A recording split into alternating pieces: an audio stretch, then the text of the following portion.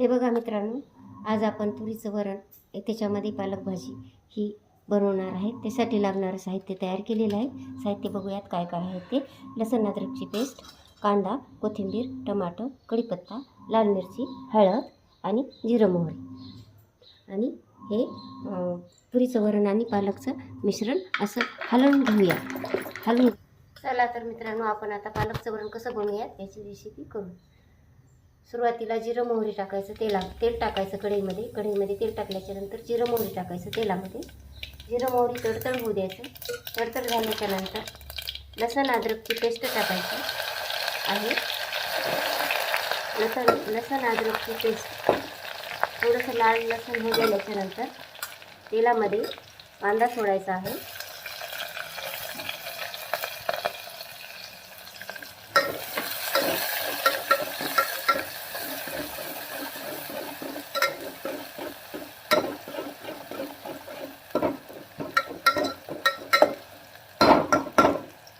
कांद्याला थोडंसं लालसर होऊ द्यायचं। लालसर झाल्याच्या नंतर चिरलेले जे टमाटे आहे लाल, ते टमाटे चिरूया।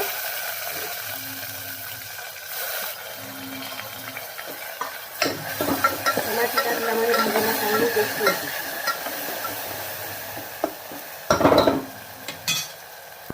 वरून चवीनुसार मीठ टाकूया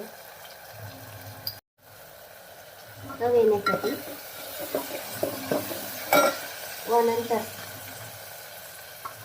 हळद टाकू। हळदीने भाजीला रंग चांगला येतो। रंग चांगला आल्याच्या नंतर लाल तिखट टाकूया। लाल तिखट तुम्हाला जेवढं हवं आहे तेवढं टाकू। हे टाकल्याच्या नंतर वरून कोथिंबीर टाकायची आहे। तेलामध्ये कोथिंबीर टाकल्याच्या नंतर हे जे आपण पालक आणि तुरीचं वरण जी पेस्ट केलेली आहे ती आपण आता तेलामध्ये फोडणी देऊया। फोडणी दिल्याच्या